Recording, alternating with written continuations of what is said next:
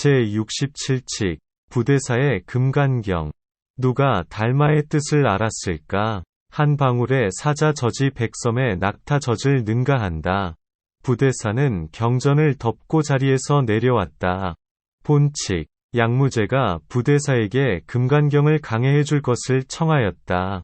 부대사가 곧 자리에 올라 탁자를 한 차례 휘젓고는 곧장 자리에서 내려갔다.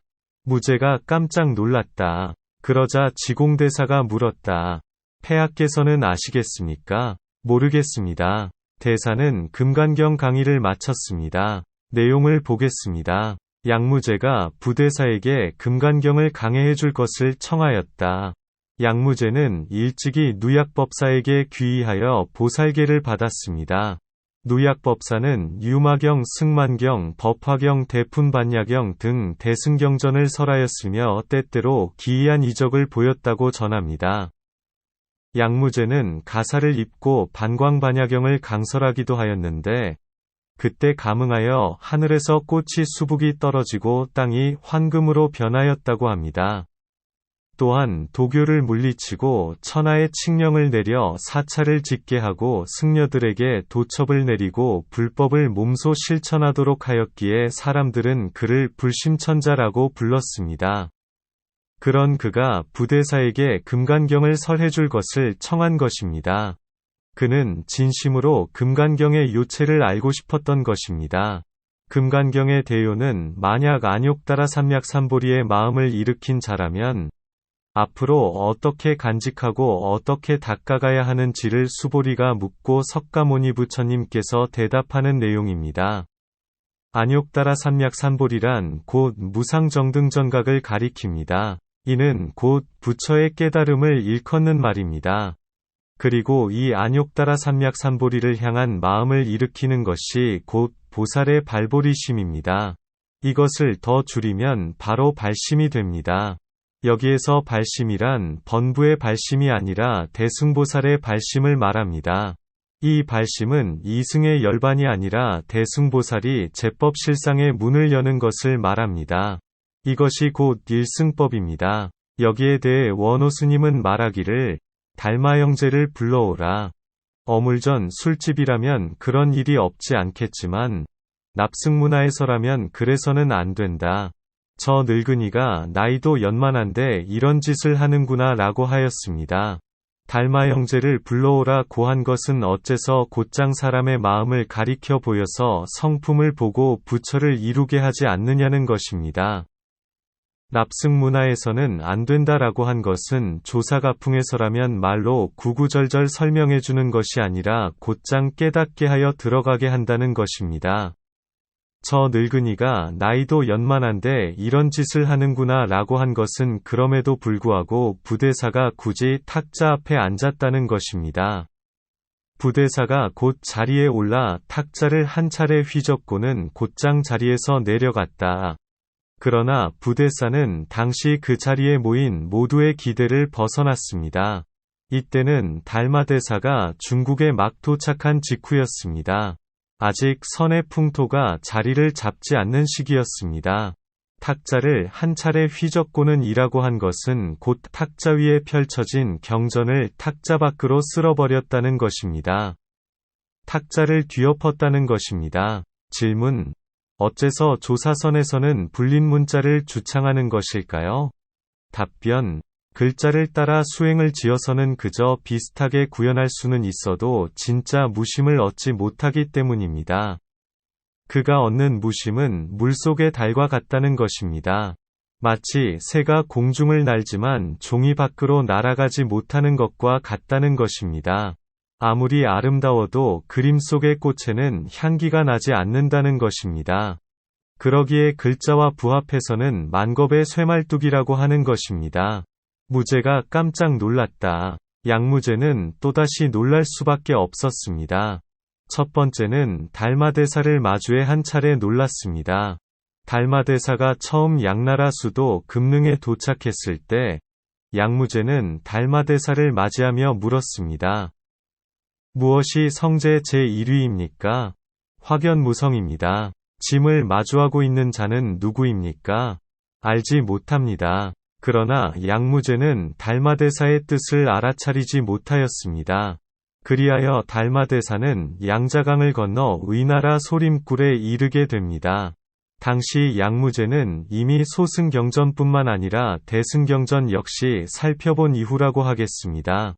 성제란 곧 허망하지 않는 성인의 깨달음을 가리킵니다. 번부와 외도가 아는 것이 허망한 이치라면 성인이 아는 것은 허망하지 않기 때문입니다.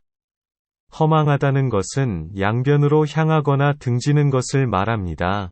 눈이 색을 쫓고 귀가 소리를 따르고 마음이 대상을 쫓는 것을 말합니다. 이처럼 육근과 육진이 서로를 쫓고 따르는 것을 허망하다고 합니다. 질문. 어째서 성제 가운데 첫 번째를 묻는 것일까요? 답변. 성제가 하나가 아니기 때문입니다. 그러기에 성제 가운데 성제를 다시 묻는 것입니다. 이승에게는 사성제 내지는 12연기법을 닦아 열반에 이르는 것이 성제 가운데 으뜸이 됩니다. 그러나 대승에게는 아공법공을 깨닫고 일승법을 얻는 것이 곧 성제 가운데 으뜸이 되는 것입니다.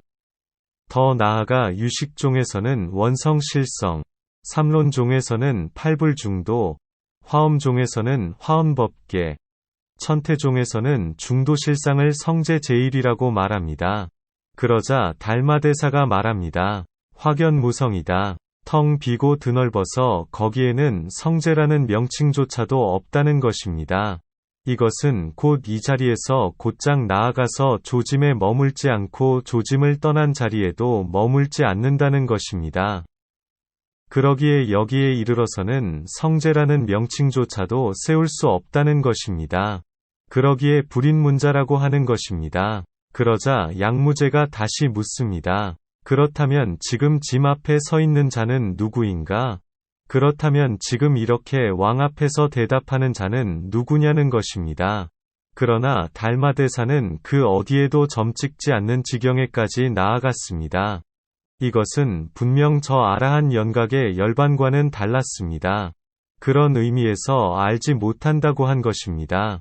이승이 아는 바를 아득히 초월하였기에 실로 얻는 바가 없다고 하는 것입니다. 그러자 지공대사가 물었다. 폐하께서는 아시겠습니까? 모르겠습니다. 지금 지공대사는 양무제의 눈에 맞추어 다시 묻고 있습니다. 부대사가 자신을 있는 그대로 드러냈지만 알아차리지 못했기 때문입니다. 부대사가 탁자를 한 차례 휘젓는 것은 마치 천길절벽과도 같았다고 말해줄 수 없었다는 것입니다. 저 일처간을 갖춘 부대사를 그대로 보여줄 수 없었던 것입니다. 만약 그랬다면 달마대사 꼴이 났을 것입니다. 그 대신 그는 말합니다. 지공대사가 말했습니다.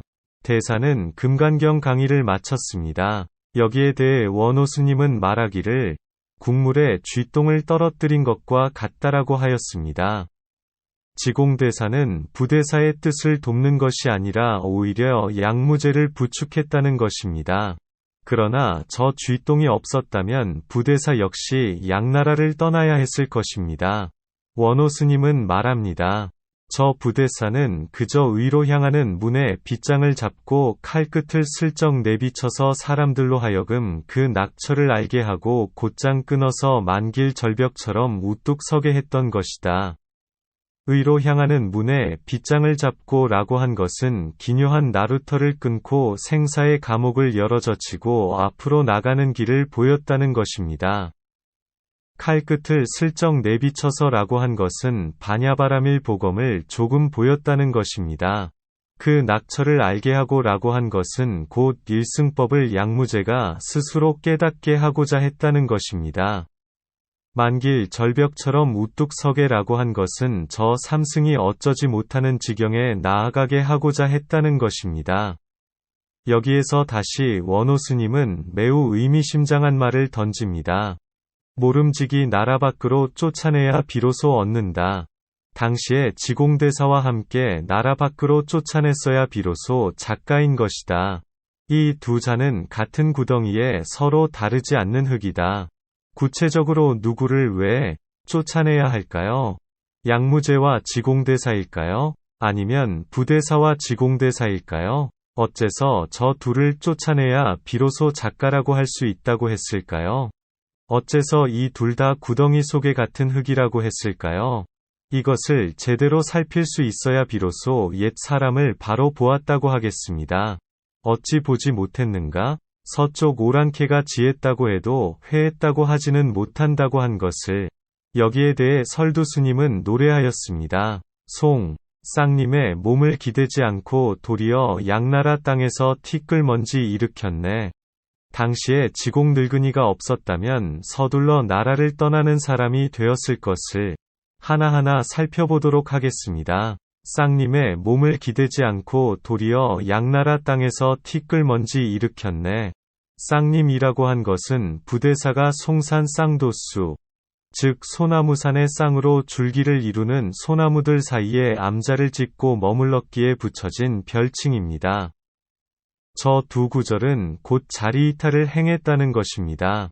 쌍님의 몸을 기대지 않고 라고 한 것은 자리만을 지키지 않았다는 것입니다.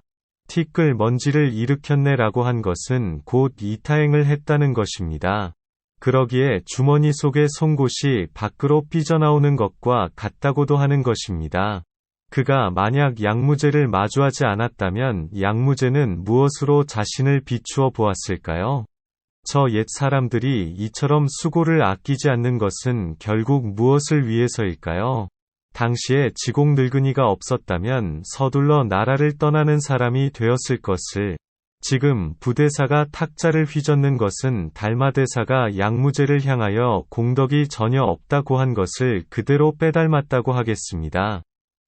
절을 짓고 불경을 유통하고 스님들에게 의복과 식량을 제공하는 것은 인천에 큰 복덕을 쌓는 일입니다. 그렇지만 그 공덕만으로 저 일승법에 나아가기에는 크게 역부족이라는 것입니다. 달마대사, 부대사, 지공대사 모두는 양무제가 일승법에 나아가도록 옆에서 거들며 빗장을 잡아 돌리도록 독려한 것입니다. 그렇지만 누가 알았을 것인가? 도리어 거기에서 은혜와 원수를 짓는 일이 생긴다는 것을. 저 부대사는 지공대사가 아니었다면 틀림없이 달마대사 꼴이 났을 일입니다. 부대사는 이후에도 양나라를 떠나지 않고 금능에 머물며 교화를 펼쳤습니다.